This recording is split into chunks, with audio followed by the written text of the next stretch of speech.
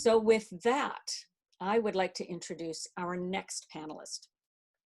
Next panelist is Terry Lewis, who is works in set deck and art direction. Terry has been part of the West Coast film industry for 30 years, which Terry, you're old just like me.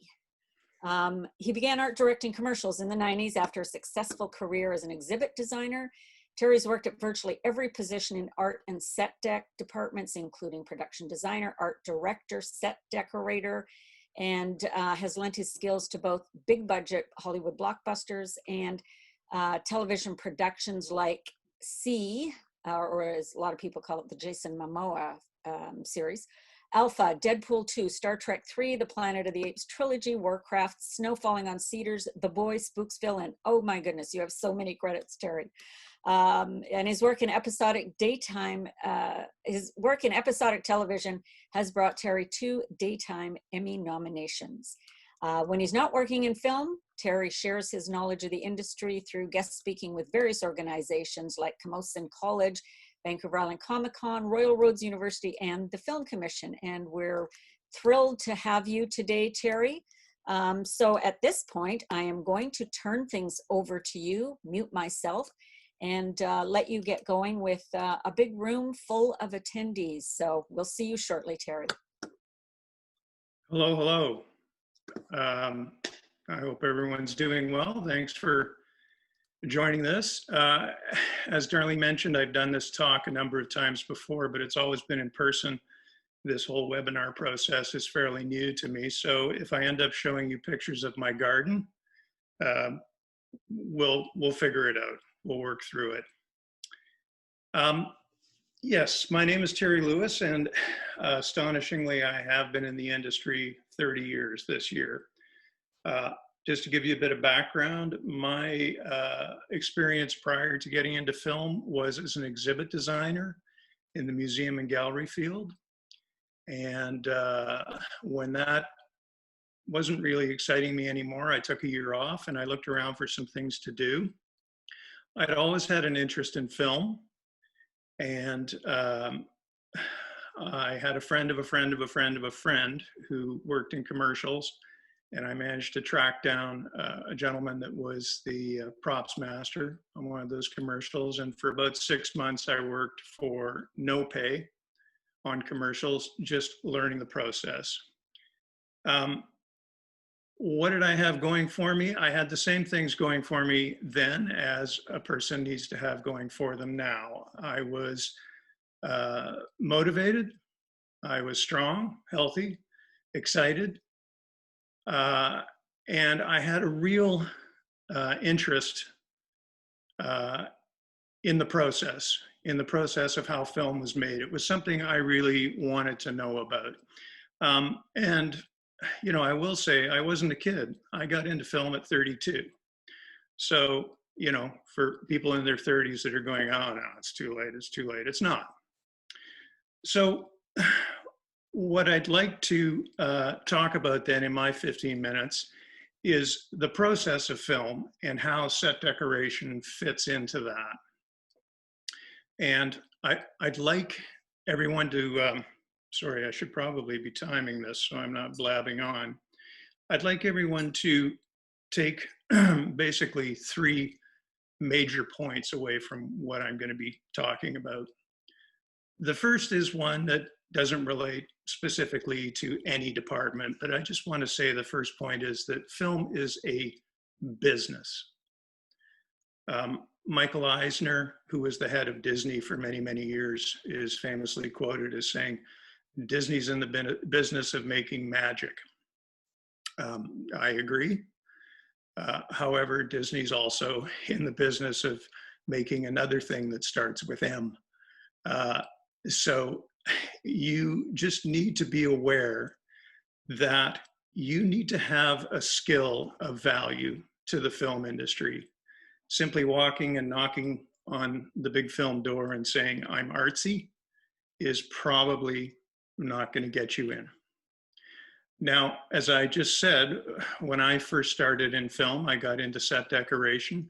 Set decoration is superb in in that it's an entry-level department with entry-level positions that don't require a massive skill set. If you're going to do the job that, for example, Margot does, you probably need to have some really good computer skills for the art department, for set design, and all those things. You can't just walk into the camera department. And you can't just walk into set deck either. As I'm suggesting, it's a business. You need to have some skills, even if it's nothing more than a strong back, the ability to get along well with others, and a motivation to do the job. The second thing that I want you to think about, and this does relate to set decoration very specifically, it's a collaborative process. I've done a lot of different things in my life before I got into film. I've never worked in any environment that was as collaborative. And this is what keeps me coming back to it again and again and again. Many different departments involved in making a film. And set deck is touched by them all, just to name a few: accounting, locations, continuity, camera, lighting, grip, art, electrics, construction, paint, props, costume, hair, makeup, special effects, visual effects, stunts, transport, animal wrangling.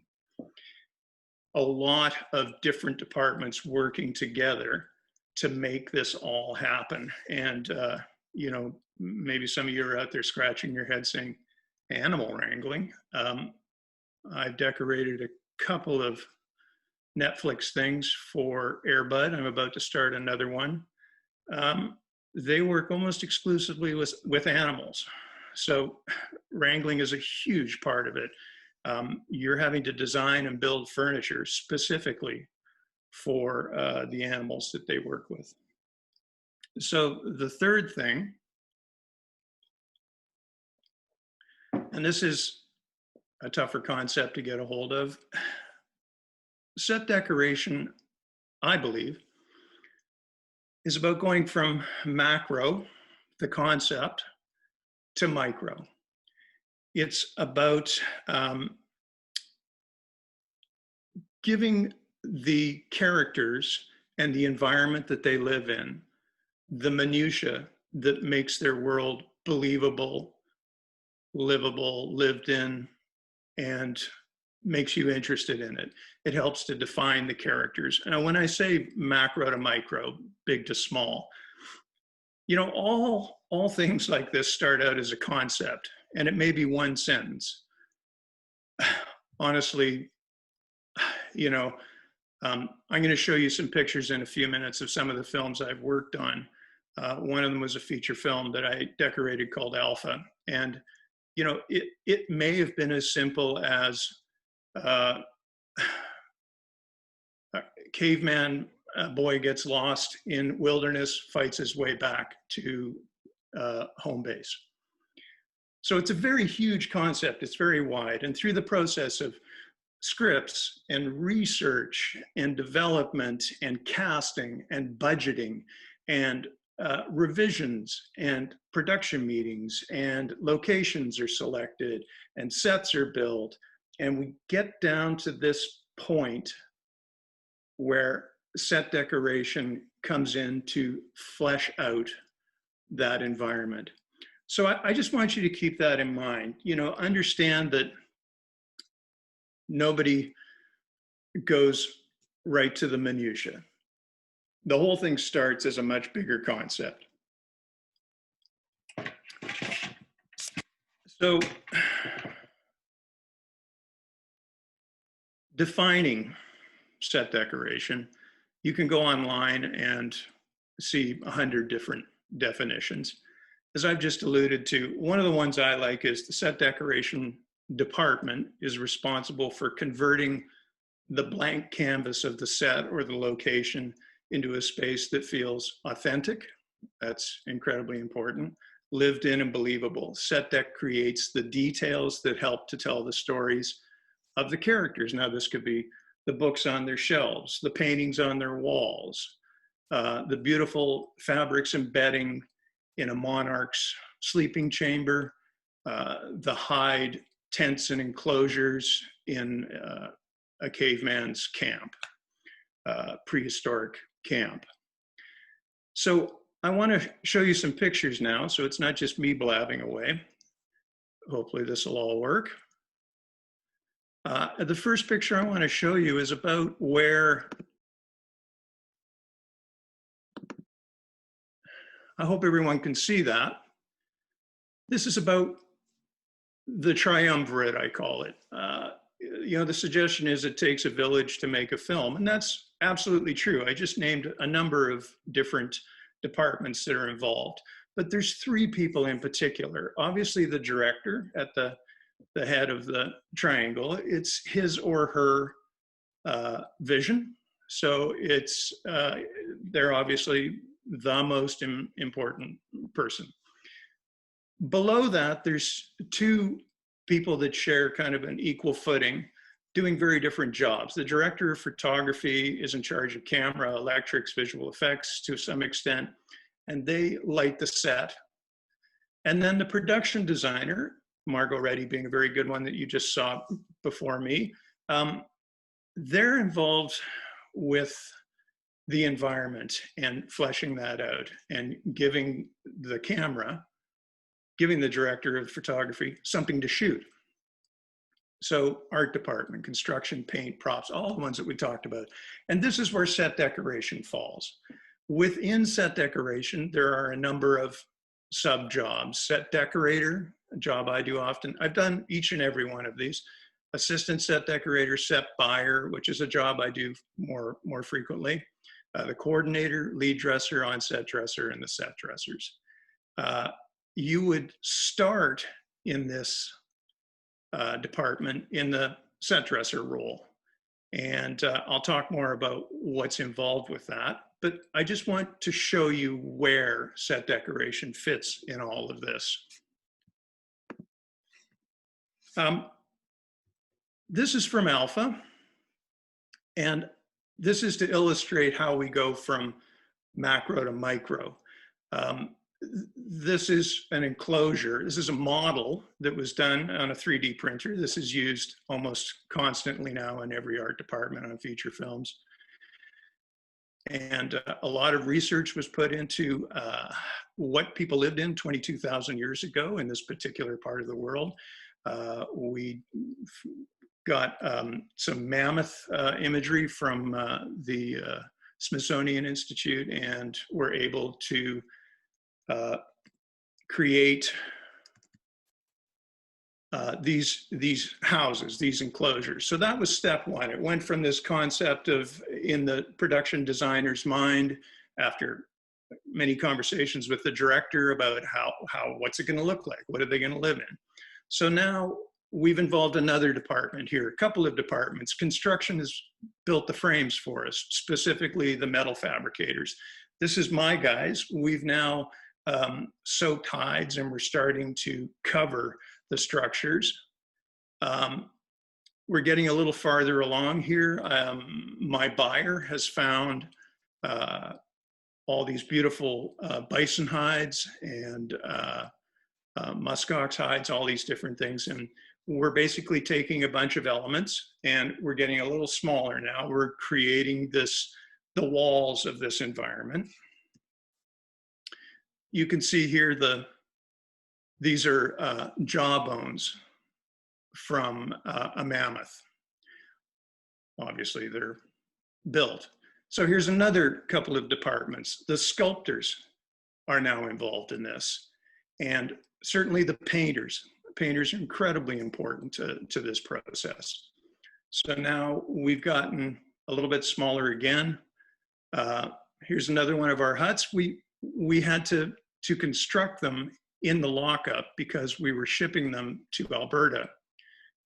Basically, you went to Alberta, landed in Calgary, drove south to Brooks, turned left, drove for an hour into the middle of nowhere, and that's where these were going. And they didn't fit in a truck the way they are. You can see here's one of our set dressers. We're just working away, trying to figure out how everything fits. This was our location. Astonishingly beautiful, up on a high plain overlooking the Bow River. You might note there's no trees anywhere. That's because the wind constantly scrapes the environment clean. It was very harsh, very cold, and a difficult environment to work in. So here's another couple of departments. We have the locations department that's overseeing this site. Um, it's on somebody's land, so they don't want a bunch of foreign soils and stuff brought in. Um, you can see the huts being reconstructed at this point. Greens is there, Greens department, and we're putting everything together. Just absolutely breathtaking, beautiful spot. This is the finished product. Now we're getting even smaller, and Set Deck is really starting to shine because, okay, so you've created this village, you've got this built environment. Now you have to think about, what do people do here? What are the activities that they're involved in? So my guys had to learn, for example, how to work with latex to create all these hides. You can't obviously bring and tan a hide on a set. So we had to learn how to stretch and make sinew and work with latex to create these beautiful pieces. Here you can see fake salmon drying, all the rest of it. Okay, so now we're getting very, very specific. We're in the shaman's tent, and we're starting to see the pieces that the shaman works with that are very specific to them. And much research went into this, drums, all the rest of it. Some dried frogs, I'll tell you about that later. And here's the set, just as we were about to shoot it. We got this beautiful overcast day. I'll just quickly go through a few more of these. The show I did just prior to this was The Boy, a very different set. Now you need to have some understanding of historical furniture styles, etc. This is the research aspect of it that I absolutely adore. It's fantastic, and you can get into all the different areas here. Once again, understanding what furniture for what period works, these beautiful draperies, understanding fabrics, all of that is an asset to someone working in Set Deck. Other times, you can throw all that out the window. This is a thing I built for Star Trek 3. I don't know what it is. I have no idea. It just kind of looks cool. And that's part of it as well. This was a huge, huge set. For a period of time, this was the largest set in North America. This was at a quarry. And to walk from where I am shooting this picture to the other side is about a 10 to 12 minute walk. This is a very large set. Planet of the Apes. This is up in Ucluelet. We took an empty stretch of land and built this village. Had to run all these fake telephone wires, all this kind of stuff. Here's something I did as a buyer for C. They wanted some engines, but not real engines, obviously, who can move an engine block. So this is all stuff that's available from septic companies. It's upside down septic and water control things and PVC and ABS pipe.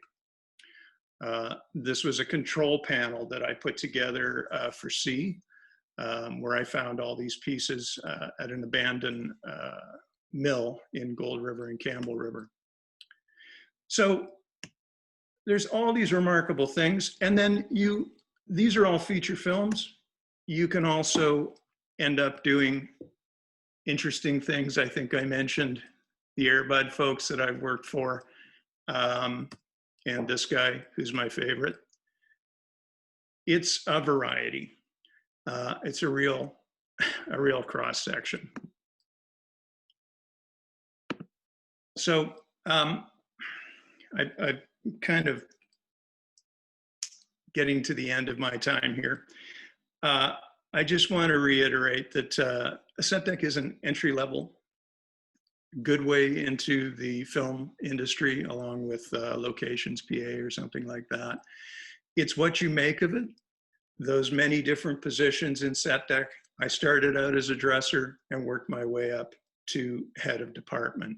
And it's a good department to do that in. But make yourself skilled and of value to the film industry. It is a business. Okay, thank you so much, Terry.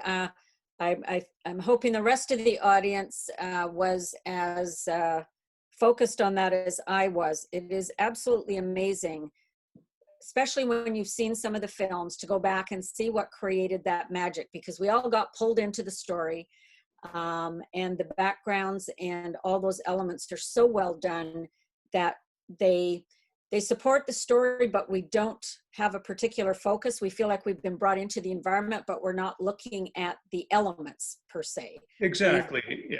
Completely brought in. Yeah. So you, and with just such a tremendous background as well. And one question I have, and I want to invite all of our attendees, as you've been sitting here watching Terry, if you have any questions for him, we've got him for a few more minutes. So type your questions into the Q&A at the bottom of your Zoom screen. But I would like to know some of these amazing, large, intricate pieces that you've just showed us. What happens when the production is finished? Do you break them down? Or what happens to all the elements? Are they destroyed? What happens? Well, traditionally on a large feature film, they are put in storage until the film has come out. When I did, Warcraft was a prime example. There was additional filming that was required for that. All that set dressing was stored. We also have sales often at the ends of movies where the set decoration department will try and sell off a number of the assets, the furniture and stuff. Unfortunately, yes, some of that stuff does end up in a dump or a dumpster, but obviously the industry is going to great lengths nowadays to be a little more environmentally friendly. Good. Okay. We've got a few questions, Terry, if you don't mind hanging with us a little bit. Absolutely. One question, you say that set dressing is entry level. How does one even begin to do that job? Well, you kind of have to do the work. Don't think that you're going to enter the industry in a union position. I worked on commercials for 2 years. As I say, I was unpaid for the first 6 months. I worked in non-union shows, and it took me a good couple of years to get into the union. They're out there. Go to Craigslist, go to Jobs Indeed. People are making independent films all the time, whether it's some guy with a Super 8 camera making a slasher film in the woods or whatever. All of that is experience, all of that. Yeah, great, wonderful.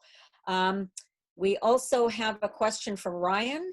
Are there any courses, education, or other requirements other than a strong back, motivation, and an intrigue for the process that you would recommend would help people get through the door as a set dresser? He said, or locations PA, somebody else might answer that later. But how to get through the door? What is the education? Yes and no. I mean, yes, there are courses. I believe there's one offered at Royal Roads called Set Etiquette that is one that everybody thinking of getting into film should have.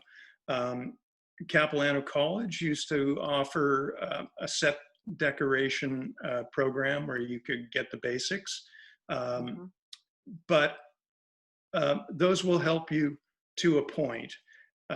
Really just getting in there and getting some experience. I know that sounds like a circle, but it's just, the two toughest things about the film industry, honestly, are getting into it and getting out of it.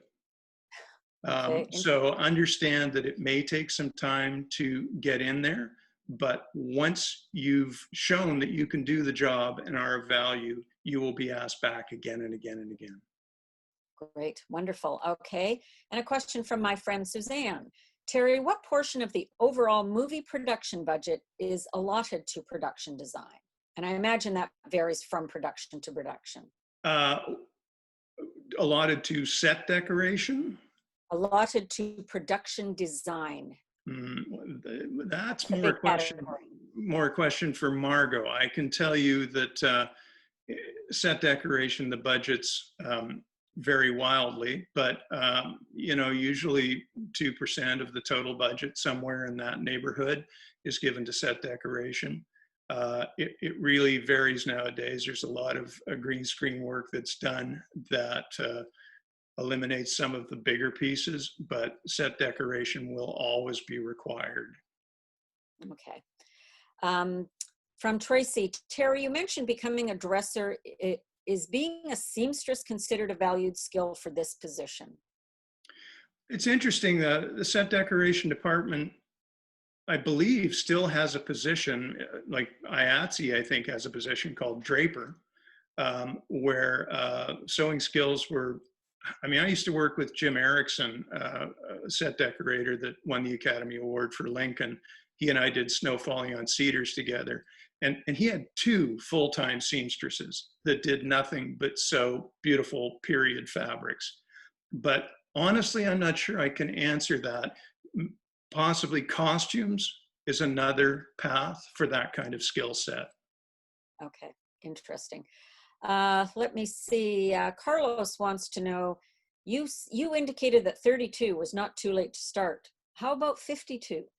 I'm a long-time sculptor who's always been interested in film. Does Carlos have a future to enter into this industry at 52 years of age?